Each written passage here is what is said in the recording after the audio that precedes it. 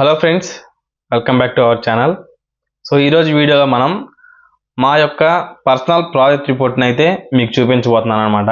So ఆ ప్రాజెక్ట్లో ఏముంది, సో మేము ఏం మిస్టేక్ చేసాము, సో మేము ఎట్లా ప్రిపేర్ చేయించుకున్నాము, అసలు ప్రాజెక్ట్ రిపోర్ట్లో ఏముంటుంది సో అని చెప్పేసి ఈ వీడియోలో తెలుసుకుందాం. నేను ఆల్రెడీ ప్రీవియస్ వీడియోలో పిఎంఈజీపీ వెబ్సైట్ నుంచి ఒక ప్రాజెక్ట్ రిపోర్ట్ డౌన్లోడ్ చేసుకొని సో దాన్ని ఎక్స్ప్లెయిన్ చేసి ఒక వీడియో అయితే చేశాను. అది పైన కార్డ్స్లో ఇస్తాను. సో దాన్ని మీరు అయితే చూడండి. సో నెక్స్ట్ వచ్చేసరికి ఇది మన పర్సనల్ ప్రాజెక్ట్ అనమాట. సో మేము లోన్ అప్లై చేయడానికి మేము ప్రాజెక్ట్ రిపోర్ట్ ప్రిపేర్ చేయించుకొని డైరీ ఫామ్ మీద సో ఆ ప్రాజెక్ట్ని మీకు అయితే చూపిస్తున్నాను. సో ఫస్ట్ వచ్చేసరికి మనకి పేజ్ 1లో చూడండి. ఇక్కడ మీరు మీ ప్రాజెక్ట్కి అంటే డైరీ ఫామ్కి ఏదైనా సరే మీరు ఏదైనా పెట్టాలనుకుంటే దానికి ఒక పేరు అయితే పెట్టుకోవాలన్నమాట, మీ ప్రాజెక్ట్ పేరు. సో అది వచ్చేసరికి మెయిన్ హెడ్డింగ్ ఇక్కడ ఉంది చూడండి. సో ఇది వచ్చేసరికి మెయిన్ హెడ్డింగ్ అనమాట.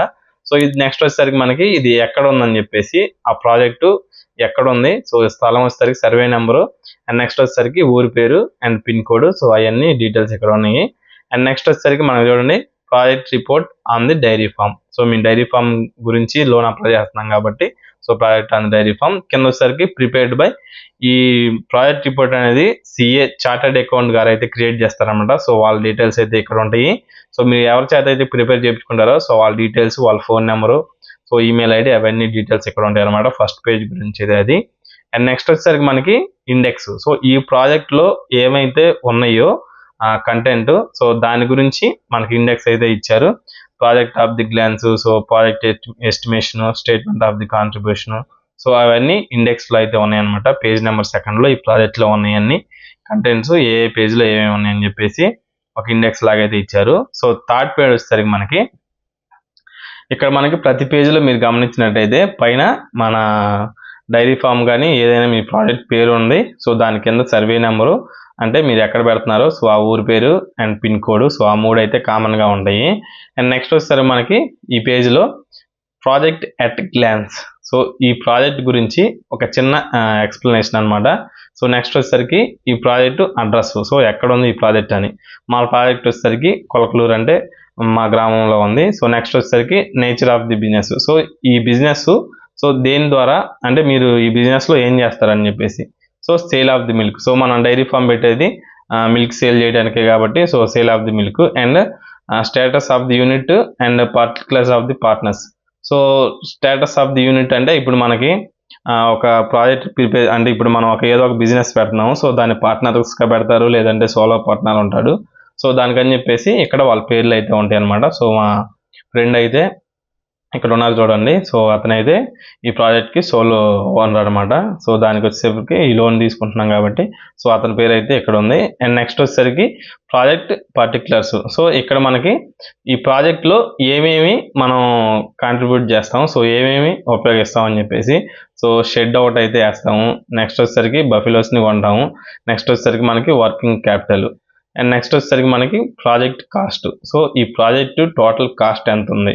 సో మేమైతే ఎస్టిమేషన్ వచ్చేసరికి మనకి 7,78,000 అయితే వేసుకున్నాము ప్రాజెక్ట్ ఎస్టిమేషన్. సో 7,78,000లో సో 7 లక్షలు అయితే మేము లోన్ అప్లై చేసామన్నమాట. సో 7,78,000 అనేది ఎందుకు, సో ఎక్కడెక్కడ వాడతారు, సో ఎవరెవరు ఎంత వేసుకుంటారు అని చెప్పేసి కింద లైన్లో ఉంది చూడండి. ప్రమోటర్స్ కాంట్రిబ్యూషన్ అంటే ఇప్పుడు మా దగ్గర ఇప్పుడు మనం ఏదన్నా బిజినెస్ స్టార్ట్ చేయాలంటే మన చేతిలో ఎంత ఉండాలిగా, ఎంతో కొంత. సో దానికని చెప్పేసి 78,000 సో మనం చేతిలో ఉన్నాయి అనమాట. నెక్స్ట్ వచ్చేసరికి 7 లక్షలు మేము లోన్ అయితే అప్లై చేసాం. నెక్స్ట్ వచ్చేసరికి ఇక్కడ బ్యాంక్ వర్కింగ్ క్యాపిటల్. సో మనకి కొంచెం వర్కింగ్ క్యాపిటల్ తీసుకోవడానికి బ్యాంక్ లోన్ ఇచ్చింది, ఫస్ట్లో అమౌంట్ రిలీజ్ చేసింది అనమాట. సో అదైతే ఇక్కడ 0 ఉంది చూపిస్తుంది చూడండి. మా ప్రాజెక్ట్లో మెయిన్ మిస్టేక్ ఇది ఒక్కటే అనమాట. సో ఇక్కడ చూడండి మనకి వర్కింగ్ క్యాపిటల్ 0 అని ఉంది కదా. అండ్ నేను దాని గురించి తర్వాత మాట్లాడదాం. నెక్స్ట్ వచ్చేసరికి మనకి ఇంట్రెస్ట్ రేట్ అనమాట. సో ఈ లోను 12% ఇంట్రెస్ట్ రేట్తో వస్తుంది. సో చూడండి ఇది టర్మ్ లోన్ అనమాట. అంటే మనం ప్రతి మంత్ కడతాం కాబట్టి ఇది టర్మ్ లోను. సో 12% ఇంట్రెస్ట్ ఉందన్నమాట ఈ లోన్కి. అండ్ నెక్స్ట్ వచ్చేసరికి డిఎస్సిఆర్. సో యావరేజ్ గ్రాస్ డిఎస్సిఆర్ అంటే డెబ్ట్ సర్వీస్ కన్వర్షన్ రేషియో. సో ఇప్పుడు మనకి అంటే మనం కట్టగల కెపాసిటీ ఎంత ఉంది మన ప్రాజెక్ట్కి అని చెప్పేసి ఈ పాయింట్స్ అయితే చూపిస్తాయి. సో డైరీ ఫామ్కి 4.97 అయితే ఉందన్నమాట. సో ఈజీగా లోన్ అయితే శాంక్షన్ అయింది. సో నెక్స్ట్ వచ్చేసరికి date of submission of this project. ఇదేంటంటే మనం ప్రాజెక్ట్ ఎప్పుడు సబ్మిట్ చేస్తాము పిఎంఈజీపీ వాళ్ళకని చెప్పేసి ఒక డేట్ అయితే వేస్తారు. సో మీరు దాని తర్వాత అయినా సబ్మిట్ చేయొచ్చు. మేము 30వ తారీఖు ఏప్రిల్ 2025 ప్రాజెక్టు సబ్మిట్ చేస్తామని చెప్పేసి చెప్పాము. కానీ మేము జూలైలోనో ఆగస్టులోనే వెళ్ళాము బ్యాంక్ దగ్గరికి. సో చాలా లేట్ అయింది ఆ డేట్ గురించి. సో అంత ఇబ్బంది ఏమి ఉండదు అనమాట. సో నెక్స్ట్ వచ్చేసరికి నెక్స్ట్ పేజ్లో మనకి cost of the project. So next వచ్చేసరికి మనకి ఏదేది ఎంత కాస్ట్ పడుతుంది అని చెప్పేసి ఉంది ఈ పేజీలో. మేము ఇదంతా ఎస్టిమేషన్ అనమాట. So cost of the 6 buffaloes 6 lakhs వేసాము. నెక్స్ట్ వచ్చేసరికి షెడ్కి దాంట్లో ఉన్న ఎక్విప్మెంట్కి వాటన్నిటికి ₹1,00,000 అయితే వేసుకున్నాం అనమాట. అండ్ నెక్స్ట్ వచ్చేసరికి మనకి ఇవి మిషనరీ కావాల్సి వచ్చింది కదా, milk machine and motor pumps ఏంటో అవన్నీ. సో దానికి వచ్చేసరికి ఒక 28,000 అయితే వేశారు. అండ్ నెక్స్ట్ ఇక్కడ చూడండి, ఇక్కడ వర్కింగ్ క్యాపిటల్ 50,000 అయితే ఉంది కదా. సో ఇందాక మనకి పైన ఏముంది, వర్కింగ్ క్యాపిటల్ 0 అని ఉంది ఇక్కడ మనం చూసినప్పుడు. సో ఇక్కడ చూడండి వర్కింగ్ క్యాపిటల్ 0 అని ఉంది. కానీ ఇక్కడ వచ్చేసరికి మనకి ఈ కంటెంట్లో వర్కింగ్ క్యాపిటల్ 50,000 అని ఉంది. సో బ్యాంక్ మేనేజర్ అడిగాడు అనమాట. సో పైన ఏమో 0 అని వేశారు, కింద ఏమో 50,000 అని వేశారు.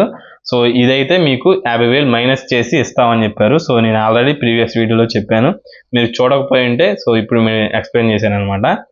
50,000 అని చెప్పారు. సో పైన ఏమో 0 అని వేశారు, కింద 50,000 అని వేశారు. సో ఈ 50,000 రాదు అని చెప్పేసి 7,28,000 సో మీకైతే సో రావచ్చు అని చెప్పేసి వాళ్ళైతే అన్నారనమాట. సో మీరు అలాంటి మిస్టేక్స్ తెలుసుకుంటారని మీరు ప్రాజెక్ట్ రిపోర్ట్ ప్రిపేర్ చేయగానే దాన్ని తీసుకెళ్ళి డైరెక్ట్గా బ్యాంక్లో సబ్మిట్ చేస్తే మనకేముండదు. సో మీరు అన్నీ చెక్ చేసుకొని జాగ్రత్తగా, సో ఏమన్నా మిస్టేక్స్ అంటే వాళ్ళు సిఏలు చేస్తూ ఉంటారు, చాలా చేస్తూ ఉంటారు, వాళ్ళు జాగ్రత్తగానే చేస్తారు. కాకపోతే మనం కూడా సెకండ్ వెరిఫికేషన్ లాగా మనం ఒకసారి చూసుకొని మనం ఏమైనా మిస్టేక్స్ ఉంటే సో వాళ్ళైతే మనం కరెక్ట్ చేయమంటే చేస్తారనమాట. వాళ్ళు మనకు సాఫ్ట్ కాపీ ఇస్తారు అండ్ మనకి జిరాక్సెస్ కూడా ఇస్తారనమాట, hard copy. So next page వచ్చేసరికి మనకి ఇక్కడ వచ్చేసరికి మనకి statement sowing estimated contribution per litre milk. So ఈ మిల్క్ వచ్చేసరికి మనకి ఇక్కడ వేస్తున్నారు చూడండి. 1 లీటర్ ప్రైజు యావరేజ్గా ₹70 అయితే మేము చెప్పామన్నమాట. 1 లీటర్ ₹70 అయితే అమ్ముతామని చెప్పేసి. ఈ పేజ్లో ఏంటంటే మనకి సంవత్సరానికి ఎంత ఆదాయం వచ్చింది అని చెప్పేసి ఇక్కడ చూపించాలి మనం. నెక్స్ట్ వచ్చేసరికి మనకి ఆ ₹70 ఎంత మైనస్ అయింది, ఎంత మన చేతిలో ఉండిద్ది అని చెప్పి. నెక్స్ట్ వచ్చేసరికి క్యాటిల్ ఫీడ్ ₹25, అంటే మనకి యానిమల్స్కి ఫుడ్ పెడతా ఉంటాం కదా, అది ₹25. అండ్ నెక్స్ట్ డైరెక్ట్ లేబర్కి వచ్చేసరికి ₹10 అండ్ ₹5 వచ్చేసరికి మనకి వేరే ఎక్స్పెన్సెస్. సో ఈ మైనస్ పోగా ₹40 మైనస్ అవుతుంది టోటల్గా. అండ్ ₹30 అయితే మనకి రిటర్న్ వస్తుంది అనమాట. సో 1 లీటర్కి. నెక్స్ట్ వచ్చేసరికి మనకి పర్ డేకి ఎన్ని లీటర్లు మన బఫెలోస్ నుంచి సేకరిస్తామని చెప్పేసి 20 లీటర్లు అయితే మనం నెంబర్ ఆఫ్ లీటర్స్ మనం 20 లీటర్లు తీయగలము బఫెలోస్ దగ్గర నుంచి. అండ్ మన ఫామ్లో ఇందాక చెప్పుకున్నాం కదా, సో 6 బఫెలోస్ కొంటామని చెప్పేసి 6 బఫెలోస్ ఉన్నాయి. సో ఇప్పుడు మనకి ఒక సంవత్సరంలో ఎన్ని వర్కింగ్ డేస్ ఉంటాయి, మ్యాక్సిమం ఇప్పుడు ప్రతి 365 డేస్ ఉంటాయి మామూలుగా సంవత్సరంలో. సో అన్ని రోజులు పాలేవో కదా గేదెలు. సో అందుకని చెప్పేసి 220 డేస్ అయితే వేశారు. సో 220 డేస్ 6 గేదెలు రోజుకి 20 లీటర్లు ఇస్తే మనకి ఎన్ని లీటర్లు అవైలబుల్లో ఉంటాయి అని చెప్పేసి ఈ క్యాల్కులేషన్ అనమాట. సో 24,400 లీటర్లు మనకి సంవత్సరంలో మనకి సేల్ అయితే చేయొచ్చు. సో ఇప్పుడు మనకి ఒక చూడండి, కాంట్రిబ్యూషన్ పర్ యానం. సో మనకు సంవత్సరానికి ఆదాయం ఎంత వచ్చిందంటే 7,92,000 అయితే వచ్చింది. సో మనం లోను కట్టగల కెపాసిటీ అయితే ఉందన్నమాట. సో మనం లోన్ తీసుకుంటుంది 7,78,000కి. సో మనకు సంవత్సరానికి ఆదాయం 7,92,000 అయితే వస్తుంది. సో మనకు లోన్ తీసుకోవడానికన్నా ఎక్కువే వస్తుంది కాబట్టి సో మనం అట్లా చూపించాలి. అండ్ నెక్స్ట్ వచ్చేసరికి నెక్స్ట్ పేజ్లో మనకి cost of the project. So ఇక్కడ చూడండి, అంటే మీన్స్ ఆఫ్ ఫైనాన్స్ అని ఉంది. సో ఇక్కడ మనకి చూడండి, loan cost of the 6 buffaloes 6 lakhs, total 6 lakhs, margin 10%, promoters contribution 60,000 and మనకి లోన్ తీసుకుంటే 5,40,000. సో మనం ఇక్కడ మన చేతిలో 70,000 78,000 ఉందని చెప్పాను కదా. సో ఆ 78,000 ఎక్కడ ఉపయోగిస్తున్నామని చెప్పేసి ఈ పేజ్లో ఉందన్నమాట. సో ఇక్కడ చూడండి, మనకి బఫెలోస్ కొనటంలో 6 బఫెలోస్కి 6 lakhs వేసాం కదా. సో అప్పుడు మనకి ఇక్కడ చూడండి 60,000 మన చేతిలో నుంచి చేసుకుంటే 5,40,000 లోన్ కోసం మనం చూస్తున్నాం అనమాట. So total loan required 5,40,000. And next వచ్చేసరికి ఇక్కడ మనకి షెడ్ ఫిక్చర్స్, సో షెడ్ లోపల ఇవన్నీ కట్టడానికి అవన్నీ ₹1,00,000 అయితే అవుతాయి అని చెప్పేసి వేసాం మనం. సో 10,000 మనం అయితే వేసుకుంటాం చేతిలో నుంచి, 90,000 మనం లోన్కి అయితే చూస్తున్నాం అనమాట. అండ్ నెక్స్ట్ వచ్చేసరికి total loan required 90,000. And next వచ్చేసరికి మనకి మిషనరీ, పంపు, మిల్క్ తీసే మిషన్, సో అవన్నీ 28,000 చేసాము. సో ఇక్కడ 3,000 మన చేతిలో చేసుకుంటున్నాం, 25,000 లోన్ అయితే పెట్టాము అనమాట. Total required loan 25,000. నెక్స్ట్ వచ్చేసరికి వర్కింగ్ క్యాపిటల్ ఇక్కడ 50,000. సో ఇక్కడ కూడా 50,000 వేశారు, కానీ స్టార్టింగ్ లో 0 అని ఉంది. సో అందుకని చెప్పేసి 50,000 అయితే రాలేదు. అంటే రాలేదంటే 50,000 మైనస్ అయితే అని చెప్పేసి బ్యాంక్ ఓనర్ గారు, అదే బ్యాంక్ మేనేజర్ గారు అయితే చెప్పారనమాట. 50,000, సో 5,000 అయితే మన హ్యాండ్ లోన్ చేసుకుంటే 45,000 లోన్ కోసం మనం చూస్తున్నట్లు ఈ క్యాల్కులేషన్ అయితే చెబుతుంది. ఇక్కడ చూడండి టోటల్ మన ప్రాజెక్ట్ టోటల్ కాస్ట్ 7,78,000. ఇక్కడ ప్రమోటర్స్ కాంట్రిబ్యూషన్ మన చేతిలోంచి 78,000 పడతాయి అని చెప్పాను కదా. సో ఆ 78,000 లెక్క. అండ్ నెక్స్ట్ వచ్చేసరికి మనం లోన్ 7 లక్షలు, లోన్ కోసం 7 లక్షల కోసం అప్లై చేస్తున్నాం కదా. సో ఆ క్యాల్కులేషన్ అనమాట. సో నెక్స్ట్ వచ్చేసరికి మనకి ఇక్కడ చూడండి statement of showing estimated profit loss accounting year 25 to 29. So ఇప్పుడు మనం ఇప్పుడు టర్మ్ లోన్ అని చెప్పాను కదా. సో ఈ లోన్ మేము 3 years లోపు కడతామని చెప్పేసి చెప్పామన్నమాట. సో ఆ 3 years సో ఎట్లా ఉండిద్ది financial status, profit to loss, so ఈ ప్రాజెక్ట్లో మనం చూపించాలన్నమాట. ఇక్కడ చూడండి ఎస్టిమేషన్ ఆఫ్ బఫెలోస్ 12 months. ఇప్పుడు మనం స్టార్టింగ్లో మనం బఫెలోస్ కొంటాం కదా. సో ఇది 25-26 మేము 25లో ప్రాజెక్ట్ రిపోర్ట్ చేయించాం. So 1 year, 2 years, 3 years, 4 years. So అట్లా ఇది ఇక్కడ నుంచి స్టార్ట్ అయ్యింది 1 year, 1, 2, 3 years. సో ఇక్కడ చూడండి 6 బఫెలోస్ ఉంటాయి ఫస్ట్ ఇయర్లో, అండ్ సెకండ్ ఇయర్లో 6, అండ్ థర్డ్ ఇయర్లో కూడా 6 ఉంటాయి. So total number of buffaloes మనకి ఇక్కడ ప్రపోజ్డ్ బఫెలోస్ 11 months. సో 6 ఇక్కడ వచ్చేసరికి మనకి ఏముండవు. ఇక్కడ చూడండి 6. సో టోటల్గా మనకి బఫెలోస్ అయితే ఏం పెరగలేదు అనమాట. ఇక్కడ మనకి లేటెస్ట్ చూడండి 24,200, 26,400, 26,400, 26,400. సో ఎందుకు పెరిగినాయి అంటే ఇక్కడ మనకి బఫెలోస్ పెంచే వాళ్ళకైతే ఐడియా అనేది. సో మనకి బఫెలోస్ ఏజ్ పెరిగే కొద్దీ కొంచెం పాలు ఎక్కువ ఇస్తాయని చెప్పేసి చెప్పారు. సో అందుకని చెప్పేసి ఇక్కడ వాళ్ళు సిఏ వాళ్ళు సో కొంచెం లీటర్స్ అయితే పెంచారనమాట. సో ఇక్కడ మనకి యావరేజ్ కాస్ట్ లీటర్కి ₹70 అని చెప్పేసి చెప్పాము. ఇక్కడ మనకి సేల్స్ రెవెన్యూ, సో ఈ సేల్స్ చూసుకుంటే 16,94,000 అట్లా అయితే వేశారు. నెక్స్ట్ వచ్చేసరికి 18,48,000, 19,50,000, 20,59,000. సో అట్లా అయితే ఉన్నాయి చూడండి. నెక్స్ట్ వచ్చేసరికి మనకి prime cost, so cattle feed consumption, so direct labour, direct expenses ఇందా చెప్పాను కదా. అది వచ్చేసరికి ఒక యాన్యువల్ ఇయర్కి. సో ఇది వచ్చేసరికి మనకి అది వచ్చేసరికి 1 లీటర్కి అనమాట, 1 లీటర్కి సంవత్సరానికి. ఇది వచ్చేసరికి మనకి టోటల్ బఫెలోస్ కాస్ట్ అనమాట.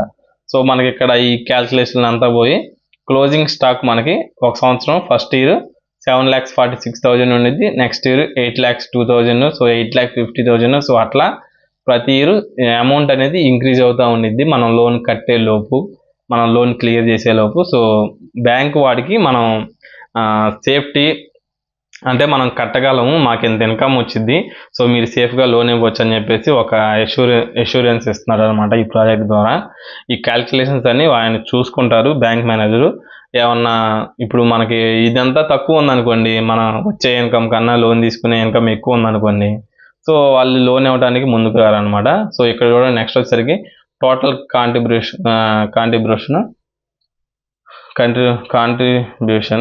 7,46,000, 8,02,000, 8,50,000, 9 lakhs. సో సేల్స్ వచ్చేసరికి శాలరీస్ వచ్చేసరికి మనకి ఇప్పుడు మనకి లేబర్ పెట్టుకుంటాం కదా. సో 1,40,000, 1,44,000, 1,56,000, 1,68,000. సో ఇవన్నీ కట్ అయిపోగా number of profit depends of interest, so 5,42,000, and మనకి ఫిక్స్డ్ అసెట్స్. సో ఇట్లా ఈ క్యాల్కులేషన్స్ అన్నీ ఉన్నాయి చూడండి ఈ పేజ్లో. సో ఇప్పుడు number of profit after tax, so tax పోగా మనకి ప్రాఫిట్ 25 to 26 ఇయర్లో ఫస్ట్ ఇయర్లో 4,60,000, నెక్స్ట్ ఇయర్లో 5,02,000, 5,59,000, 6,11,000 వచ్చింది అని చెప్పేసి అక్కడ ఉంది. ఇక్కడ ఉండే డిఎస్సిఆర్, ఇక్కడ మనకి డెబిట్ సర్వీస్ కవరేజ్ అని ఉంది కదా, average debit service coverage, so అది 4.97 ఉంది. సో ఆ పైన క్యాల్కులేషన్ అయితే చూడండి. So so debit service coverage ratio. So ఈ క్యాల్కులేషన్ అని చెప్పేసి, సో ఈ క్యాల్కులేషన్ ఎక్కువ ఉంటేనే అంటే మన రీపేమెంట్ కట్టగల కెపాసిటీ డిసైడ్ చేసేది ఈ క్యాల్కులేషనే. సో ఈ క్యాల్కులేషన్ ఒకసారి చూసుకోండి. నెక్స్ట్ పేజ్లో వచ్చేసరికి మనకి లోను, ఇక్కడ మనకి project balance sheet as on 31st March. So ఇప్పుడు మనం 31st Marchకి ఒక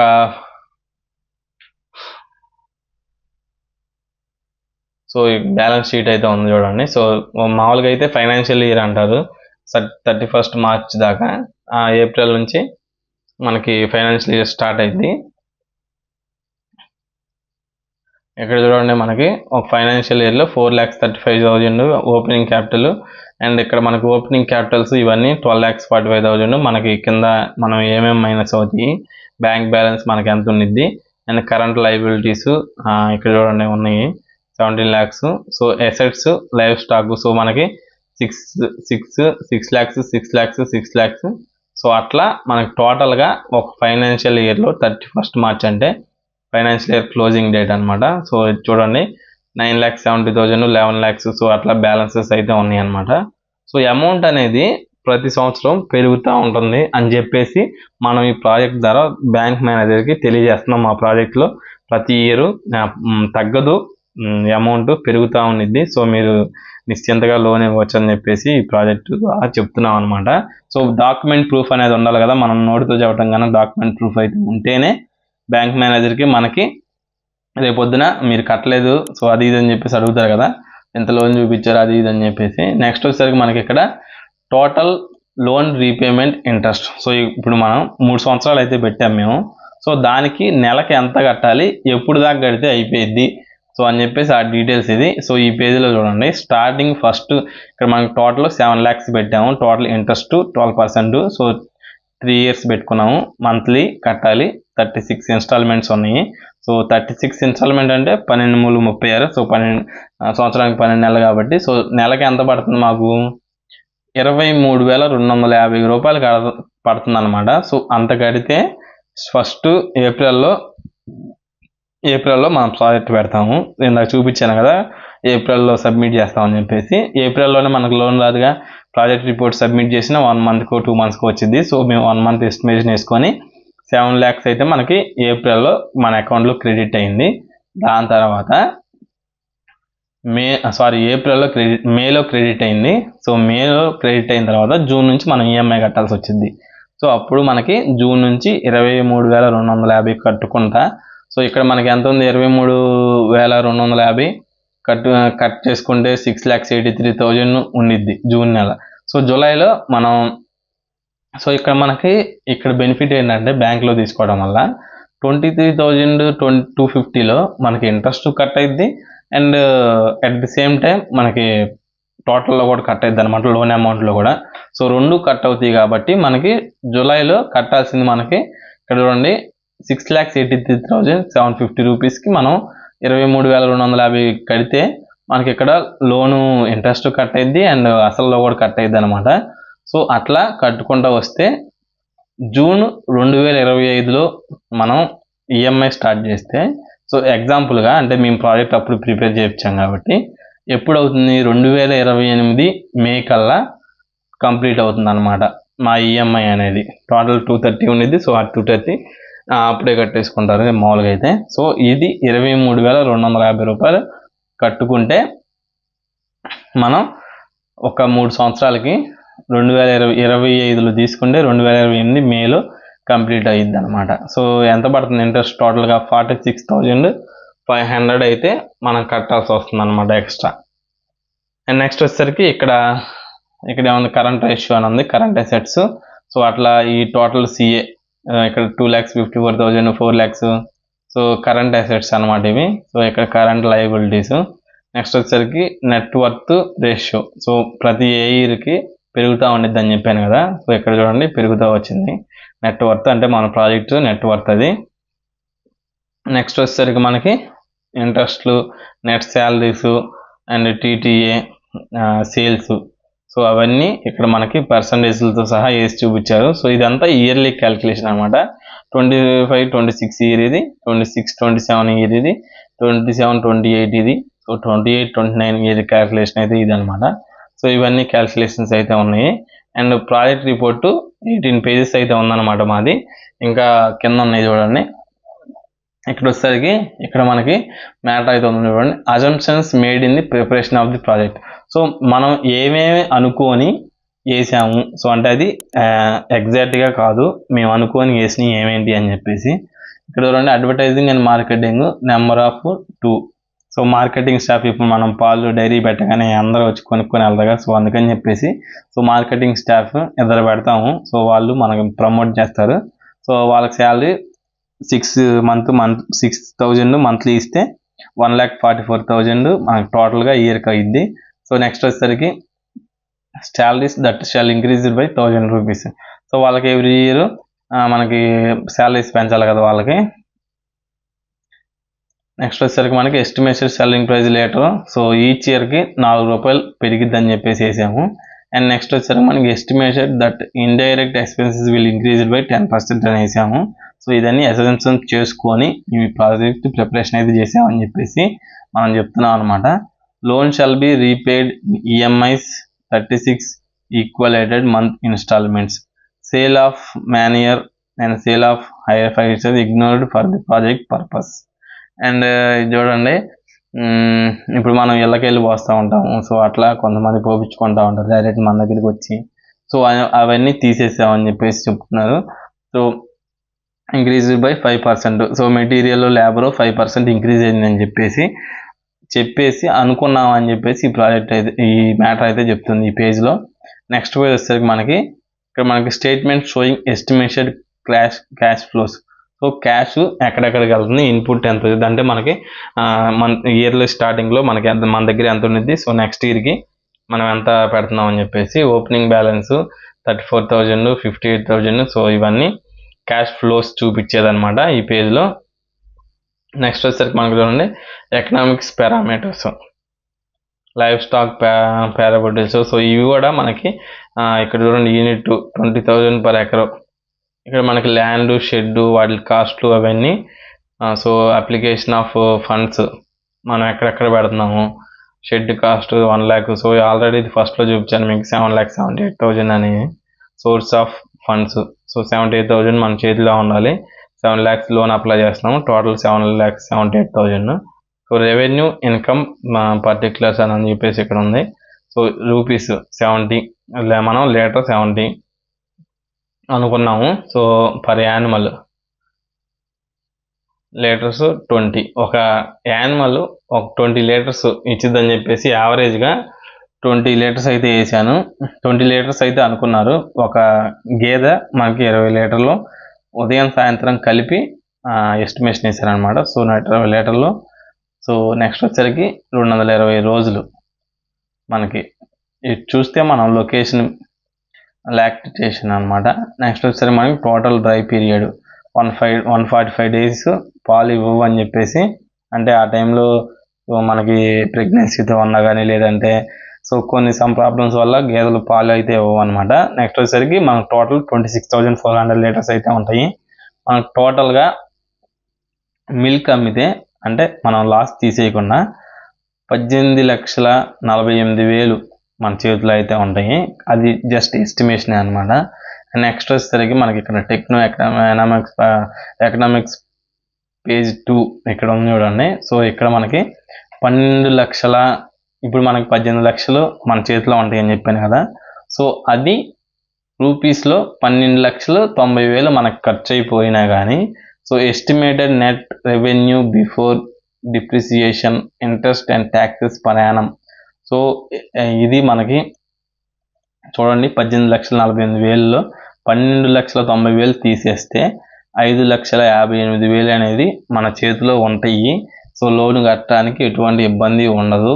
సో అని చెప్పేసి మనం అయితే చూపిస్తున్నాం అనమాట. సో ఇక్కడ ఎందుకు 12 లక్షలు ఖర్చు అయింది అని చెప్పేసి ఇదిగోండి ఇక్కడ labour cost per annum 10% per litre.